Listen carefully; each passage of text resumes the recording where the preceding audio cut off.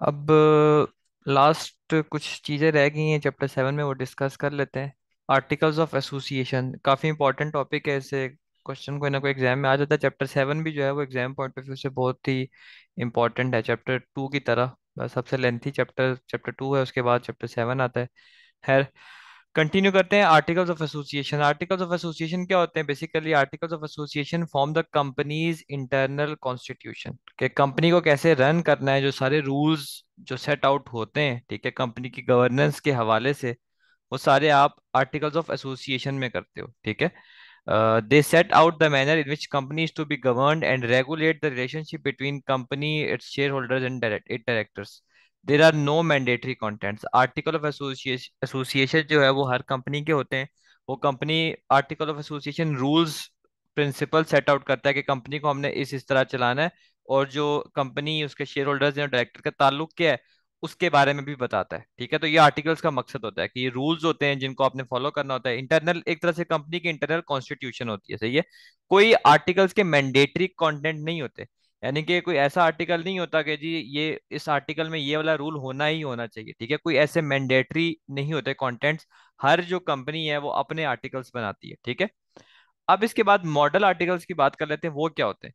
For companies incorporated under company act 2016, model articles have been prescribe by the secretary of state. अब model, हर company के, मैंने आपको बताया कि आर्टिकल्स ऑफ एसोसिएशन अपना होता है, लेकिन अगर फॉर एग्जांपल कोई कंपनी अपना नहीं बनाती तो उसको कौन से फॉलो करने पड़ते हैं? मॉडल आर्टिकल्स फॉलो करने पड़ते हैं, ठीक है। मॉडल आर्टिकल्स जो हैं वो डिफरेंट होते हैं। तीन तरह के मॉडल आर्टिकल्स हैं। प्राइवेट कंपनी जो लिमिटेड बाय शेयर्स होते हैं उसके सेपरेट होते हैं। प्राइवेट कंपनी जो लिमिटेड बाय गारंटी होती है उसके सेपरेट होते हैं। और पब्लिक कंपनीज के सेपरेट होते हैं, ठीक है। मॉडल आर्टिकल्स जो है वो बने बनाए रेडीमेड आर्टिकल्स होते हैं। जिस कंपनी ने अगर फॉर एग्जांपल अपने आर्टिकल्स नहीं बनाए हुए, अपने रूल्स और प्रिंसिपल सेट आउट नहीं किए हुए, तो वो मॉडल आर्टिकल्स को फॉलो करती है, ठीक है। These model articles will apply where company is formed without registering articles, or where the articles registered do not exclude or modify the model articles. ये वहां पर इस्तेमाल होते हैं जहां पर मैंने आपको बताया है कि कंपनी अगर अपने जो आर्टिकल्स हैं, अपने जो कानून वगैरह है, या अपनी जो कॉन्स्टिट्यूशन है वो, या अपने रूल्स और प्रिंसिपल खुद नहीं बनाती, वो रजिस्टर नहीं करवाती, ठीक है, तो ये वहां पर अप्लाई होते हैं। या फिर वहां पर अप्लाई होते हैं कि कंपनी ने जहां पर अपने आर्टिकल्स को रजिस्टर करवाए, लेकिन उन्होंने अपने आर्टिकल्स में मेंशन कर दिया कि जो मॉडल आर्टिकल्स के पॉइंट है हम उनको एक्सक्लूड नहीं करते, ठीक है। हम हमारी उनसे कोई खिलाफ वर्जी नहीं है, तो इन अदर वर्ड्स वो क्या बोल रहे हैं, यही बोल रहे हैं कि हम भी इनको फॉलो करेंगे। तो इन दो सिचुएशन में मॉडल आर्टिकल्स जो है वो अप्लाई होते हैं, ठीक है। बाकी मॉडल आर्टिकल्स कंपनी चाहे वो इन फुल और पार्ट में भी कर सकती है, यानी कि फॉर एग्जाम्पल 40% मॉडल आर्टिकल्स वाले रूल्स को फॉलो कर लिया, 60% अपने शामिल कर दिए, ठीक है। अपनी मर्जी से वो कर सकते हैं, रूल्स वहां से भी उठा सकते हैं। जितने मर्जी चाहें पूरे के पूरे रूल्स भी वहां से अडॉप्ट कर सकते हैं, आधे चाहें तो आधे कर सकते हैं, आधे अपने से रूल बना दिए। is deemed to have adopted the model articles if there is no express or implied provision to exclude them। हम हमेशा ये assumption रखते हैं कि मॉडल आर्टिकल्स जो है वो हर उस कंपनी पे अप्लाई होंगे जिस कंपनी ने अपने आर्टिकल्स में ये क्लॉज मेंशन नहीं की एक्सप्रेसली कि यार हम मॉडल आर्टिकल्स को एक्सक्लूड कर रहे हैं। ये भी एक प्रिजम्पशन होती है, ठीक है। अ कंपनी में draft its own unique articles. Company जो है फिर उसके अलावा थर्ड ऑप्शन के वो अपने जो है यूनिक आर्टिकल्स बना सकती है, ठीक है। तो यूनिक आर्टिकल्स यानी कि अपने आर्टिकल्स ऑफ एसोसिएशन बना सकती है। क्लियर है ये? जी। सही है। इसके बाद आर्टिकल्स में लिखा हुआ क्या होता है, क्या क्या कंटेंट होता है, ठीक है। तो आर्टिकल्स में ये आपको कुछ एरियाज बताएं, काफी सारे एरियाज होते हैं लेकिन कुछ इंपॉर्टेंट एरियाज बताएंगे कि क्या क्या लिखा होता है, मेंशन होता है। कैसे डायरेक्टर को अपॉइंट करना है, उसको कैसे डिसमिस करना है, पावर्स रिस्पॉन्सिबिलिटीज और लाइबिलिटीज डायरेक्टर की क्या क्या होंगी, डायरेक्टर्स की मीटिंग के हवाले से जो मेंबर्स हैं यानी कि शेयर होल्डर्स हैं उनके क्या राइट होंगे, डिविडेंड्स को कैसे पे ऑफ करना है, मेंबर्स के साथ, शेयर होल्डर के साथ कम्युनिकेशन आप लोग कैसे करोगे शेयर इशू के हवाले से, और जितने भी डॉक्यूमेंट्स और रिकॉर्ड्स उनको कैसे मेंटेन करना है। तो इन चीज़ों के हवाले से बेसिकली रूल्स होते हैं। काफ़ी कुछ होता है, ऑब्वियसली कंपनी जो है होती है उसको रन करने के लिए हर उसके एस्पेक्ट का रूल चाहिए होता है, लेकिन कुछ ये मेजर एरियाज हैं जो कि आर्टिकल्स कवर करते हैं। इन एरियाज के हवाले से रूल्स और रेगुलेशंस उसमें मेंशन्ड होती हैं, ठीक है। अब लीगल इफेक्ट क्या है इसका, जो आर्टिकल्स है कंपनी की जो कॉन्स्टिट्यूशनल डॉक्यूमेंट है जिसको आर्टिकल्स बोलते हैं, उसका लीगल इफेक्ट क्या है। तो ये काफी इंपॉर्टेंट है कि articles form a statutory contract between the company and its members and between the members themselves even if they do not sign them। ये इसका लीगल इफेक्ट है कि जो आर्टिकल्स में रूल्स और प्रिंसिपल सेट आउट हुए हैं वो एक स्टैच्यूटरी कॉन्ट्रैक्ट है, यानी कि जो कंपनी के मेंबर्स हैं, मेंबर्स मेंबर्स का मतलब क्या होता है, कंपनी के शेयर होल्डर्स हैं, उनका और कंपनी के दरमियान ये जो रूल सेट आउट है वो क्या होता है, कॉन्ट्रैक्ट होता है। या रूल्स में अगर आर्टिकल्स में दो मेंबर्स ने आपस में कैसे डीलिंग करनी है उसके वाले से भी रूल्स अगर लिखे हुए हैं, तो दोनों मेंबर के दरमियान भी वो रूल्स कॉन्ट्रेक्चुअली ही उनकी कॉन्ट्रेक्चुअल एग्जिस्टेंस है। ठीक है, जिस तरह एक बंदा कॉन्ट्रैक्ट करता है दूसरे बंदे के साथ, वो बाउंड होता है, इसी तरह आर्टिकल्स में अगर दो मेंबर्स की डीलिंग कैसे होनी चाहिए लिखा हुआ है, कोई रूल सेट आउट किया हुआ है, तो वो दोनों मेंबर्स को रूल को फॉलो करना पड़ेगा। तो आर्टिकल बेसिकली जो आर्टिकल ऑफ एसोसिएशन में रूल सेट आउट हुए होते हैं वो एक कंपनी और मेंबर के दरमियान एक तरह का कॉन्ट्रैक्ट होता है। बेशक एक मेंबर ने उसको साइन ना किया हो, लेकिन वो आर्टिकल्स जब कंपनी बनती है रजिस्टर होते हैं, वो अवेलेबल होते हैं, मेंबर उसको रीड करते हैं। ठीक है, तो वो उसकी इतनी इंपॉर्टेंस है, यानी कि जो कंपनी के जो कॉन्स्टिट्यूशन है, ठीक है, जो रूल बुक है, उसकी इतनी इंपॉर्टेंस है कि बेशक किसी ने साइन ना किया हो, लेकिन शेयर होल्डर्स बाउंड हैं उन आर्टिकल्स के हर रूल को फॉलो करने के लिए। ठीक है, क्लियर है ये? जी। अब आर्टिकल्स आगे उसने फिर अब ये केसेस के हवाले से बताया हुआ है। मैंने आपको एक बड़ी इंपॉर्टेंट बात बताई है कि आर्टिकल्स जो है वो बाउंड किसको करती है, कंपनी और मेंबर्स यानी कि शेयर होल्डर्स को, और शेयर होल्डर्स को, यानी कि कैपेसिटी एज अ मेंबर होनी चाहिए, यानी कि मेंबर्स को बाउंड करती है, शेयर होल्डर्स को। ठीक है, अब हम डिफरेंट सिनारियोज पढ़ेंगे उस हिसाब से देखते हैं। अब पहला एक केस है कि the articles are enforceable by the company against the members, के रूल्स जो हैं, आर्टिकल्स जो हैं, वो कंपनी अपने मेंबर्स पे इन्फोर्स कर सकती है। ठीक है, कैसे कर सकती है, केस से हम पढ़ेंगे, आपको मजीद क्लियर हो जाएगा। कंपनी के आर्टिकल में लिखा हुआ था, एक क्लॉज डाली हुई थी कि अगर कोई डिस्प्यूट होती है कंपनी के दरमियान, उसके शेयर होल्डर के दरमियान, तो उसको आर्बिट्रेशन में, आर्बिट्रेशन का मतलब ये होता है कि फॉर एग्जांपल इसको आप जैसे ट्रिब्यूनल कह सकते हैं, कि कोर्ट में जाने की बजाय कंपनी के अंदर ही कोई थर्ड पार्टी जो है उसको चूज करके जो है ना वहां पर डिस्प्यूट को सॉल्व किया जाए, यानी कि आपस में मसला हल किया जाए। ठीक है, ना कि कोर्ट में जाया जाए। तो कंपनी के आर्टिकल में एक क्लॉज लिखी हुई थी कि जितनी भी लड़ाई या कोई ऐसा डिस्प्यूट हो जाता है, तो मेंबर्स का यानी कि शेयर होल्डर्स का काम है कि वो इस डिस्प्यूट को आर्बिट्रेशन के थ्रू सॉल्व करें, यानी कि अब विद इन द कंपनी जो है थर्ड पार्टी के पास चल जाए, आपस में जो है ना मिल बैठ के इसको सॉल्व करें। ठीक है, लेकिन मेंबर ने क्या किया, मेंबर ने court proceedings against the company ले आए। तो अभी मैंने आपको बताया कि आर्टिकल्स इन्फोर्सेबल हैं, तो अगर आर्टिकल्स ने कहा है कि आपने आर्बिट्रेशन में मसले को हल करना है, तो शेयर होल्डर कोर्ट को इन्वॉल्व नहीं कर सकता, और कोर्ट ने भी यही कहा। ठीक है, कि कंपनी जो है वो आर्बिट्रेशन क्लॉज को इन्फोर्स कर सकती है। क्यों? क्योंकि आर्टिकल्स मैंने आपसे कहा है कि वो कॉन्ट्रैक्ट होते हैं between a company and the members. ठीक है, तो इसी तरह कॉन्ट्रेक्चुअली बाउंड है मेंबर्स उसको फॉलो करने के लिए। तो आर्टिकल में अगर ये रूल लिखा हुआ है कि अगर कोई झगड़ा होता है, कोई मसाइल होता है, तो आपने आर्बिट्रेशन में सेटल करना है, कोर्ट में नहीं जाना, तो that simple, you have to just follow it. ठीक है, क्लियर है? जी। इसी तरह आर्टिकल्स जो है वो enforceable by members against the company, members जो हैं शेयर होल्डर्स भी कंपनी को आर्टिकल्स पे इन्फोर्स कर सकते हैं अगर कंपनी आर्टिकल्स के अगेंस्ट जा रही हो। कैसे समझते हैं केस से। The articles provided for 1 vote पर 10 शेयर, आर्टिकल ने कहा कि हर 10 शेयर के बदले बंदे के पास एक वोट होगा। ठीक है, with no members to have more than 100 votes, और किसी मेंबर के पास 100 वोट से ज्यादा नहीं होंगे। 100 वोट से ज्यादा का मतलब ये हुआ ना कि अगर एक मेंबर के पास 1000 शेयर हैं और 10 शेयर पे एक वोट है, तो मैक्सिमम उसके पास वोट क्या होगा, 100 वोट होगा। ठीक है, अब ये हुआ क्या कि एक मेंबर था जिसके पास 1000 से ज्यादा शेयर थे, उसने क्या किया कि जो एक्स्ट्रा शेयर थे वो उसने किसी और को, नॉमिनी को बेच दिए। ठीक है, और उसको कहा कि तुमने वोट इस फलाने चीज पे इसको देना है। ठीक है, यानी कि अगर मेरे पास 1000 शेयर है, मेरे पास 100 वोट्स हो गए मैक्सिमम। अब जो मेरे पास अगर 1500 शेयर है फॉर एग्जाम्पल, अब 1000 तो मेरे अपने 100 वोट हो गए, वो तो मैं दे सकता हूँ। ठीक है, अब जो मेरे पास 500 फालतू थे वो मैंने किसी और को ट्रांसफर कर दिया और उसको बता दिया कि तुमने फलाने को वोट करना है, तो ये केस था। अब चेयरमैन ने रिफ्यूज कर दिया कि जी तुमने नॉमिनी को जो सरप्लस भेजा है तो उसका वोट और तुम्हारा वोट एक है, तो मैं काउंट नहीं करूंगा। उसने रिफ्यूज कर दिया। ठीक है, तो आपका क्या ख्याल है, वो रिफ्यूज कर सकता है चेयरमैन या नहीं कर सकता? नहीं। नहीं कर सकता चेयरमैन रिफ्यूज, क्योंकि आर्टिकल्स ने जब बोला हुआ है कि पर 10 शेयर एक वोट है, तो बस that's it.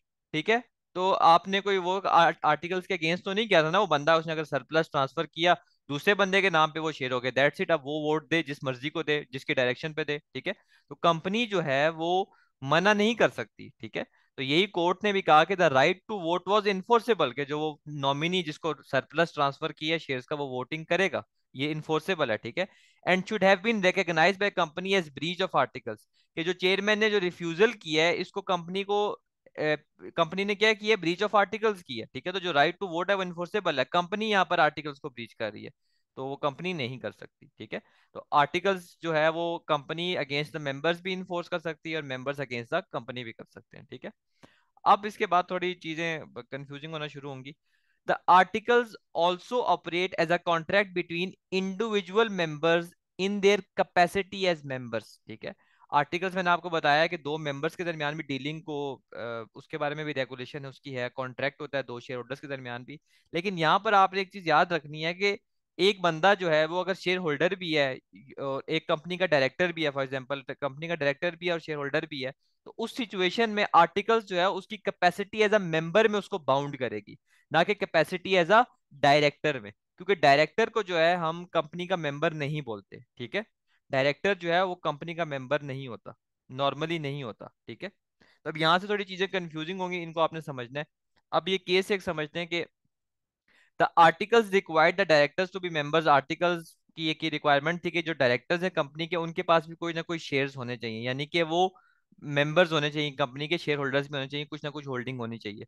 To hold qualification shares and to purchase shares from any member who wish to sell, यानी कि आर्टिकल्स ने कहा कि जो डायरेक्टर्स हैं जिनके पास कुछ ना कुछ शेयर्स हैं, तो उनके पास, उनके लिए भी वही रूल अप्लाई होगा कि उनके पास कोई ना कोई क्वालिफिकेशन शेयर्स होने चाहिए, ठीक है।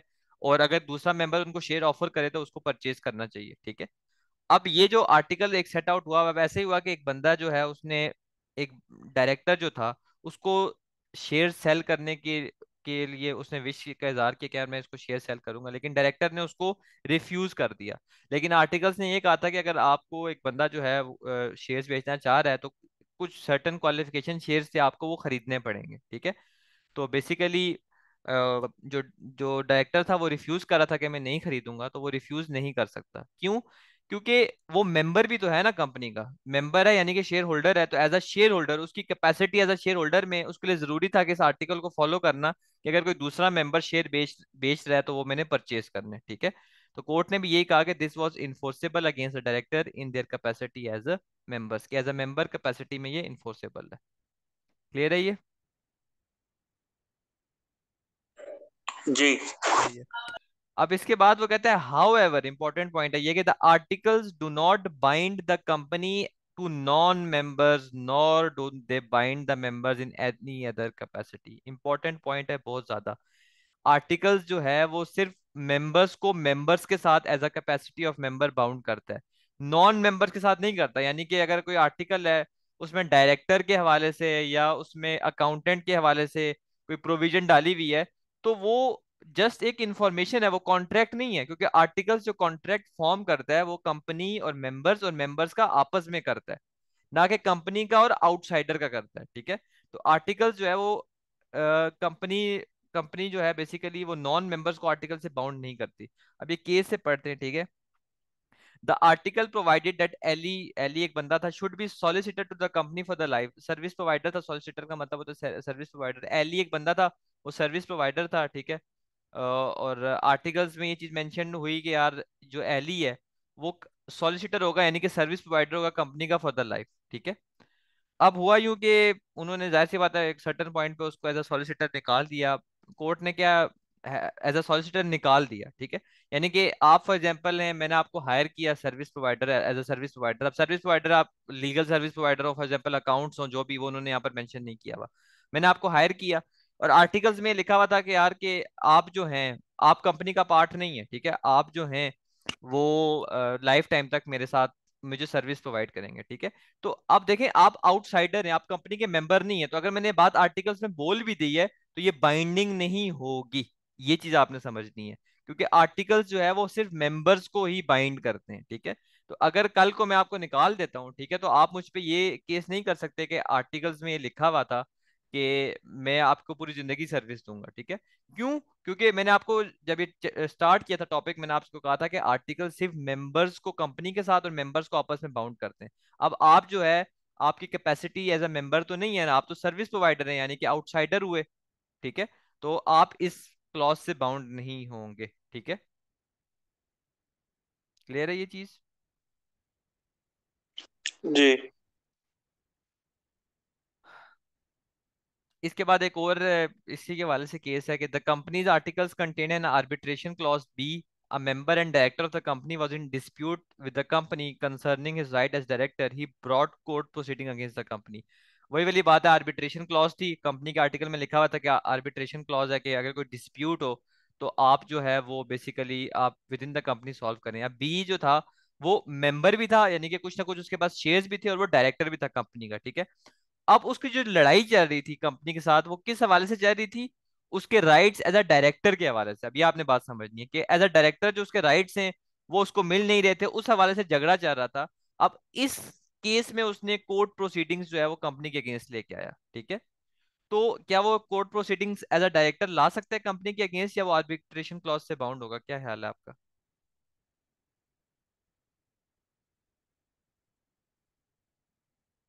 एज अ डायरेक्टर वो कोर्ट प्रोसीडिंग्स ला सकता है कंपनी के अगेंस्ट? ला सकता है। यस, ला सकता है, क्योंकि वो as a director court proceedings ला रहा है। जो आर्बिट्रेशन क्लॉज थी वो एज अ मेंबर जो है वो उस पर इफेक्टिव थी। यानी कि जो उसका झगड़ा था वो उसके मेंबरशिप के राइट्स के हवाले से तो नहीं था ना, वो डायरेक्टर के जो उसके राइट्स है जो उसको नहीं मिल रहे होंगे ऑब्वियसली, जिसकी वजह से वो झगड़ा कर रहा था। तो वो कोर्ट की इन्वॉल्वमेंट ला सकता था, यार ये कंपनी जो है मुझे एज अ डायरेक्टर ये राइट्स प्रोवाइड नहीं कर रही। सही है, तो यही बात हमने की है कि वो आर्टिकल्स जो हैं वो बाउंड नॉन मेंबर्स को नहीं करते।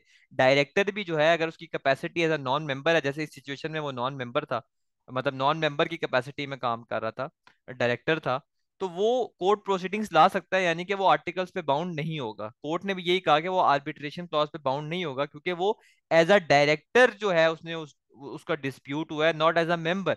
तो वो अपनी कैपेसिटी एज अ डायरेक्टर में एक्ट कर रहा है, एज अ मेंबर में एक्ट नहीं कर रहा। ठीक है, बाकी वो कह रहा है however even where the articles are not relevant contract for this purpose, the terms may be evidence of another contract made independently। यानी कि आर्टिकल्स तो खैर चलो, अगर कोई आर्टिकल्स में ऐसी रेलिवेंट बात लिख दी गई तो वो तो कॉन्ट्रैक्ट नहीं होगा। जैसे एली जो है उसका उसने कहा आर्टिकल्स में मेंशन था कि मैं आपको पूरी जिंदगी के लिए अपनी सर्विस प्रोवाइडर रखूंगा। ठीक है, तो ये बात उसने लिख दी, तो ये कॉन्ट्रैक्ट तो ना हुआ क्योंकि वो नॉन मेंबर था, आउटसाइडर था। लेकिन ये इसका ये मतलब नहीं है कि कोई सेपरेट कॉन्ट्रैक्ट इस हवाले से नहीं हुआ होगा। ठीक है, अगर मैंने मेरे कंपनी के आर्टिकल्स में लिखा हुआ था कि मैं आपको अहमद को मैं पूरी जिंदगी के लिए एज एन अकाउंटेंट हायर करूंगा, ठीक है, मैं कल को आपको निकाल देता हूँ, तो आप मुझे ये नहीं कह सकते कि आर्टिकल्स में मेंशन था आपने आर्टिकल तोड़ा है। नहीं, हाँ, आपके अगर जो एम्प्लॉयमेंट कॉन्ट्रैक्ट है उसमें मैंने लिखा हुआ कि अहमद जो है मेरे साथ लाइफ टाइम काम करेगा, तो वो एम्प्लॉयमेंट कॉन्ट्रैक्ट को फिर मैं ब्रीच कर रहा हूँ, तो उसका केस आप मेरे पे कंपनी कॉन्ट्रैक्ट लॉ के तहत कर सकते हैं। ठीक है, तो आर्टिकल्स में अगर एक चीज मेंशन्ड है आउटसाइडर के हवाले से तो वो बाइंडिंग नहीं होगी, उस हवाले से आप केस नहीं कर सकते। हाँ, लेकिन सेपरेट कोई कॉन्ट्रैक्ट हमारे दरमियान हुआ है तो उस कॉन्ट्रैक्ट की ब्रीच के लिए आप मेरे पे केस कर सकते हैं। ठीक है, तो ये चीज आपने समझनी है।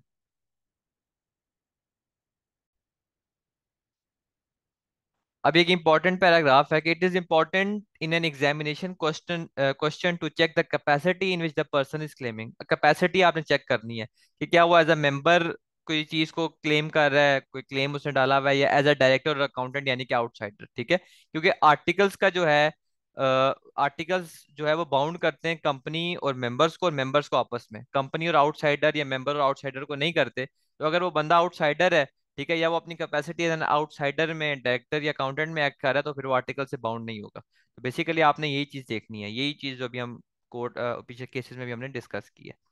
अब आता है अल्टरेशन ऑफ आर्टिकल्स। अगर आपने आर्टिकल्स को चेंज करना है, ऑल्टर करना है, तो उसके हवाले से क्या रूल्स हैं? ठीक है, तो आर्टिकल्स को दो तरीकों से आप ऑल्टर कर सकते हैं, चेंज कर सकते हैं। एक होता है articles can usually be altered by special resolution. ठीक है, स्पेशल रेजोल्यूशन का मतलब ये होता है कि 75% मेजोरिटी, मतलब आपके शेयर होल्डर्स में से 75% से ज्यादा लोग कह दें कि ये आर्टिकल जो है इसको चेंज करना है, तो वो होगा। ठीक है, यानी कि आप तभी आर्टिकल को चेंज कर सकते हैं, किसी रूल को चेंज कर सकते हैं जब 75% प्लस लोग उस रूल को चेंज करने के हक में हों। ठीक है, दूसरा जो आपने आर्टिकल्स चेंज किए हैं वो आपने विद इन 15 डेज रजिस्ट्रार को भेजने हैं।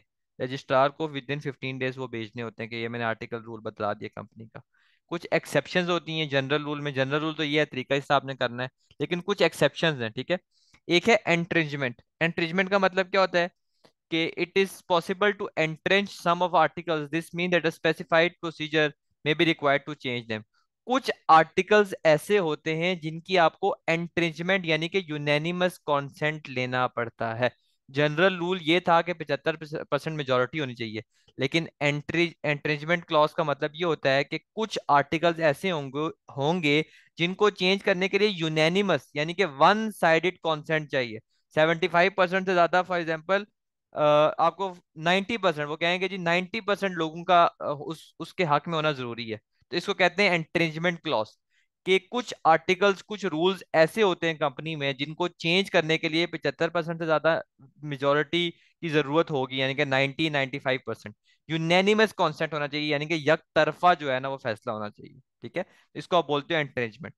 फिर दूसरा है मेंबर्स इंक्रीज लाइबिलिटी। देखें, अगर एक आर्टिकल ऐसा है, एक रूल आपने ऐसा सेट आउट कर दिया कि जी जो भी शेयर होल्डर्स हैं उन पे हम लाइबिलिटी बढ़ा रहे हैं कंपनी की, या शेयर होल्डर्स जो है वो ज्यादा कंट्रीब्यूट करें कंपनी में। ठीक है, आपने कंपनी में $10,000 लगाए। अब कंपनी ने कोई ऐसा आर्टिकल बना दिया, ऐसा रूल बना दिया कि जो आपको बाउंड करेगा जी आप 20,000 और लगाएं। तो वो ये कह रहा है कि कंपनी एक्ट 2006 कहता है कि मेंबर्स जो है वो ऐसे ऑल्ट्रेशन पे बाउंड नहीं होते, कि जिसमें जब वो बंदा शेयर होल्डर कंपनी का बन जाए तो उसके बाद आर्टिकल्स कहेंगे जी तुम अपनी कंट्रीब्यूशन भी बढ़ाओ, लाइबिलिटी भी हम तुम पे इंक्रीज करेंगे। तो ऐसा आर्टिकल जो है वो एप्लीकेबल नहीं होता। क्लियर है? जी। कुछ कॉमन लॉ रिस्ट्रिक्शंस है आर्टिकल्स के हवाले से। ठीक है, पहला पॉइंट बड़ा इंपॉर्टेंट है कि any change to the articles must be bona fide in the interest of the company as a whole. Articles में जो आप चेंजेस करते हो वो बोनाफाइड का मतलब होता है बेनिफिशियल। ठीक है, वो कंपनी एज अ होल के बेनिफिशियल बेनिफिशियल हो। ठीक है, यानी कि कंपनी एज अ होल को बेनिफिट करे, किसी specific group of share holders को ना करे, कंपनी एज अ होल को के लिए वो बेनिफिशियल हो। तो आर्टिकल्स को जब आपने चेंज करना है तो ये चीज आपके माइंड में होनी चाहिए कि वो कंपनी के बेस्ट इंटरेस्ट में होने चाहिए। ठीक है, it is for the members to decide whether the change is bona fide in the interest of the company as a whole. ये अब शेयर होल्डर्स का फैसला होता है, वही आर्टिकल्स को देख के डिसाइड करते हैं कि क्या ये जो आर्टिकल नया रूल आया है क्या ये कंपनी के हक में बेहतर है, कंपनी एज अ होल के हक में बेहतर है। ठीक है, the court will not interfere unless no reasonable person would consider the change to be bona fide. Court normally जो इंटरफेरेंस नहीं करेगा, हाँ अगर ज्यादातर मेजोरिटी ऑफ लोग जो है वो कहेंगे कि जी ये चेंज बेनिफिशियल नहीं है तो तब कोर्ट इंटरफेयर करेगा, वैसे नॉर्मली नहीं करेगा। अगर कुछ लोग माइनर हों या कुछ कम तादाद में भी कोर्ट को कहें तो वो तब भी कोर्ट इंटरफेयर नहीं करेगा, जब तक यूनैनिमसली जो है ज्यादातर मेजोरिटी ऑफ लोग कोर्ट को ये बोलें कि यार ये एज अ होल कंपनी के लिए बेनिफिशियल नहीं है, तभी कोर्ट इंटरफेयर करेगी, नॉर्मली नहीं करती। ठीक है, if the change is bona fide, it is immaterial that it happens to inflict hardship or has retrospective operation। retrospective operation का मतलब होता है past effect।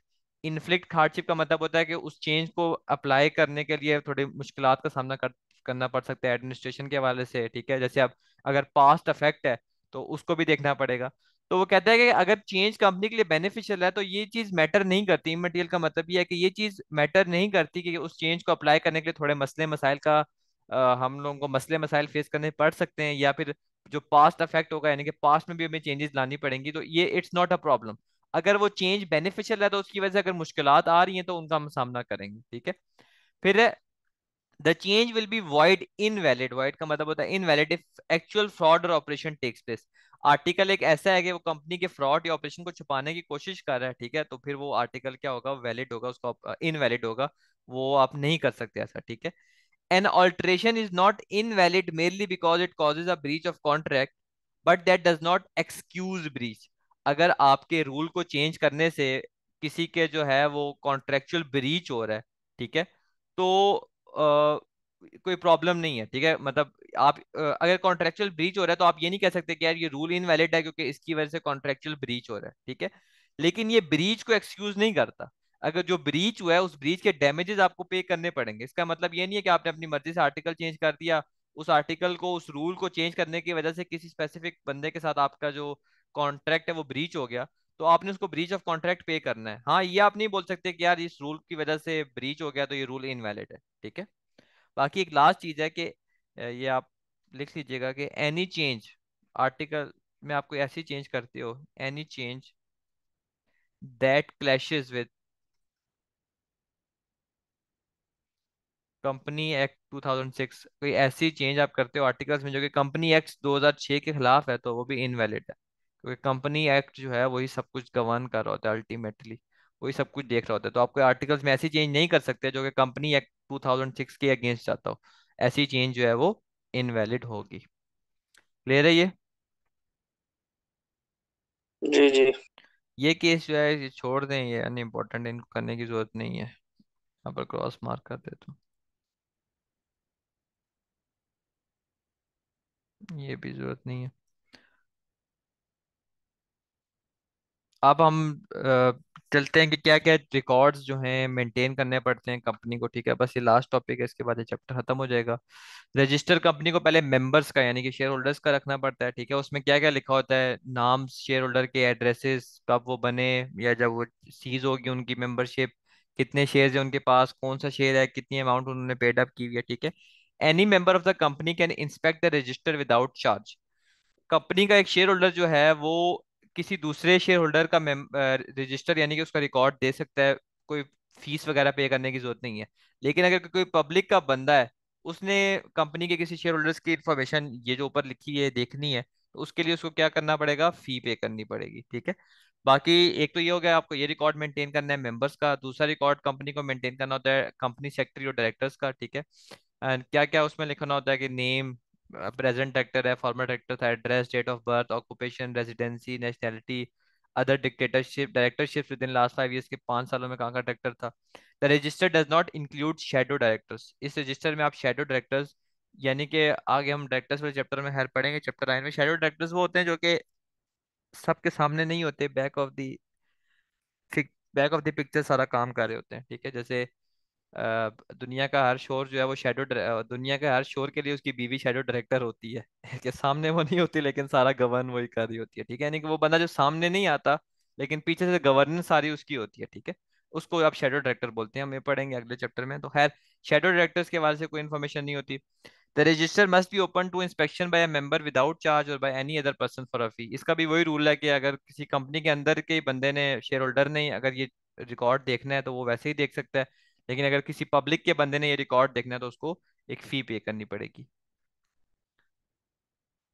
बाकी चार्जेस जो हैं हमने थोड़ा सा मैंने आपको बताया था वीडियो में लास्ट लास्ट लेक्चर में कि फिक्स और फ्लोटिंग फ्लोटिंग चार्जेस होते हैं। फिक्स चार्ज जो है वो फिक्स एसेट्स पे होता है, फ्लोटिंग चार्ज जो है वो एसेट्स जो कि जैसे स्टॉक हो गया जो कि डिफरेंट वैल्यू में होता है उस पे होता है। ठीक है, जैसे कंपनी का स्टॉक हो गया, मैंने आपको कहा था मेडिसिन कंपनी है, उसमें मेडिसिन होगी, मेडिसिन एक एसेट है। ठीक है, वो उस पे जो चार्ज होगा वो फ्लोटिंग चार्ज कहलाता है। ये हम चैप्टर 8 में, नेक्स्ट चैप्टर में बहुत डिटेल से पढ़ेंगे। खैर, इन चार्जेस के हवाले से भी जो है वो रिकॉर्ड होना चाहिए। ठीक है, चार्ज का नेम क्या है, वही फिक्स है, फ्लोटिंग है, टाइप ऑफ चार्ज, डिस्क्रिप्शन के किस प्रॉपर्टी पे चार्ज लगाया गया, कब लगाया गया। ठीक है, the company must also keep copies of every instrument creating a charge at its registered office or some other place by of which the registrar had been notified.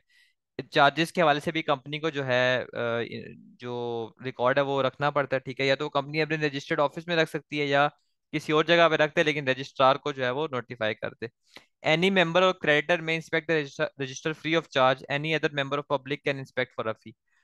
Charges के हवाले से इंफॉर्मेशन जो है वो कंपनी का share holder या company का creditor, creditor का मतलब ये होता है जिसने लोन दिया हो, क्योंकि चार्ज तो वही लगाते हैं ना कंपनी के एसेट्स पे। अब कंपनी का एक एसेट है, फॉर एग्जांपल बिल्डिंग है, उस बिल्डिंग को सिक्योरिटी एज अ सिक्योरिटी रख के उस पर चार्ज लगा दिया, फिक्स चार्ज। ठीक है, वो एज अ सिक्योरिटी ले ली और उस पर इंटरेस्ट चार्ज कर रहा है वो आपसे, उसके अगेंस्ट उसने आपको लोन दिया, क्रेडिटर ने उधार दिया और उस उधार पे वो चार्ज ले रहा है आपसे, इंटरेस्ट चार्ज ले रहा है।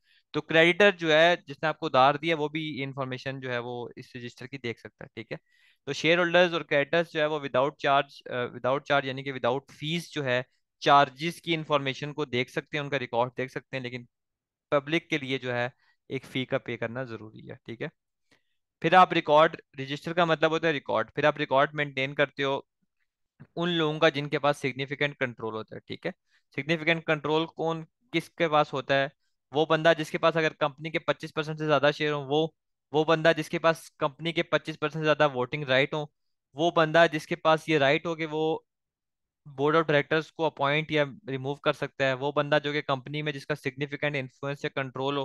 ठीक है, तो ऐसा बंदा जो इंपॉर्टेंट हो, सिग्निफिकेंट कंट्रोल जिसके पास होता है, इसका मतलब ऐसा बंदा जो कि इंपॉर्टेंट हो, उसका सेपरेटली आपको एक रजिस्टर रखना पड़ता है, ठीक है। उसमें उसका नाम, service address, residential address, country, state of residence, nationality, date of birth, जिस दिन वो मतलब ये बना था, a person with significant control, और उसके कंट्रोल की क्या नेचर है, यानी कि वो उसके पास क्या राइट्स हैं डायरेक्टर को, बोर्ड ऑफ डायरेक्टर्स को अपॉइंट या रिमूव करने के, क्या उसके पास ज्यादा शेयर्स हैं 25% से, क्या उसके पास 25% ज्यादा कंपनी वोटिंग राइट्स हैं, इसके हवाले से इंफॉर्मेशन होती है। तो वो लोग जिनका कंपनी में अच्छे खासा कंट्रोल होता है, ठीक है, उनके लिए उनका आपको सेपरेट रजिस्टर मेंटेन करना पड़ता है। उसके बाद माइन्यूट्स ऑफ जनरल मीटिंग, जो जनरल मीटिंग्स होंगी कंपनी का, उनका रिकॉर्ड, रेजोल्यूशंस और मीटिंग का रिकॉर्ड, और ये जो रिकॉर्ड जो है, ये आपने 10 सालों तक रखना है, जितने भी रिकॉर्ड है एटलीस्ट जो है वो 10 सालों तक आपके पास होना चाहिए, ठीक है। बाकी इसने इन्होंने ये इन्फॉर्मेशन दी है कि the register must normally be kept at company registered office, ये जो जितने भी रजिस्टर्ड हैं नॉर्मली ये कंपनी के रजिस्टर्ड ऑफिस में होते हैं, ठीक है। Although the register of members and register of directors in trust can be kept where they are made up, बाकी ये आप जरूरी नहीं है कि जो रजिस्टर ऑफ मेंबर्स हैं या रजिस्टर ऑफ डायरेक्टर्स हैं वो आप रजिस्टर्ड ऑफिस में रखें, किसी और जगह पे भी आप रख सकते हैं, लेकिन हाँ पब्लिक इंस्पेक्शन के लिए वो अवेलेबल हो, ठीक है। बाकी मैं आपको बता चुका हूँ कि मेंबर फ्री ऑफ चार्ज उसको देख सकता है, लेकिन पब्लिक का बंदा है उसको फी देनी पड़ेगी। Request for inspection must provide details about the person seeking the information, the purpose of the request, whether the information will be disclose to others, the company may apply to the court for an order that it need not to comply with the request, ठीक है। जो बंदा request ये डाल रहा है public का कि मुझे इंस्पेक्शन करनी है किसी भी रिकॉर्ड की, तो ये रिकॉर्ड होना चाहिए कंपनी के पास कि वो बंदा क्यों वो इंफॉर्मेशन चाहता है, मकसद क्या है उसका, और क्या वो इंफॉर्मेशन ऐसी है कि वो डिस्क्लोज की जाए, ठीक है।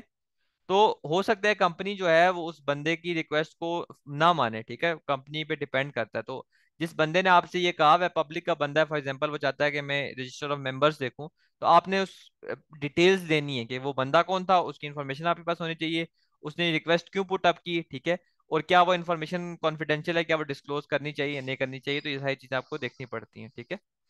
बाकी the register of directors addresses should now contain service addresses rather than details of directors residential address, the service address can simply be company registered office।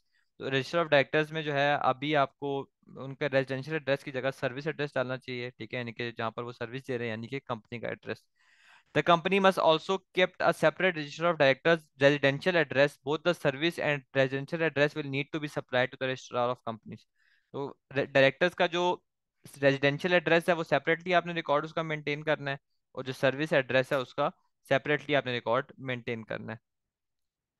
The residential address will be withheld from public register, जो directors का residential address है वो public के लिए available नहीं होगा, ठीक है, जाहिर सी बात है कॉन्फिडेंशियल नेचर की वजह से, ठीक है।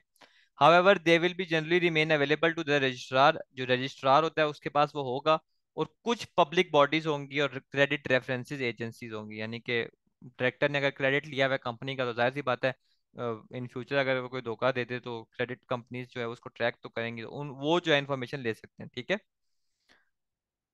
बाकी अंडर द एस बी ए 2015 इस एक्ट के तहत private companies can opt out of maintaining separate private registers and instead keep certain information on the public register at company's house। बाकी प्राइवेट कंपनी के लिए इतनी सर्टन रेगुलेशंस नहीं है, ठीक है, वो ये ऑप्ट आउट कर सकते हैं, यानी कि उनके लिए वो बाउंड नहीं है इतना सारा डॉक्यूमेंट और रिकॉर्ड मेंटेन करने के लिए, ठीक है, तो उनके पास ये ऑप्शन होती है।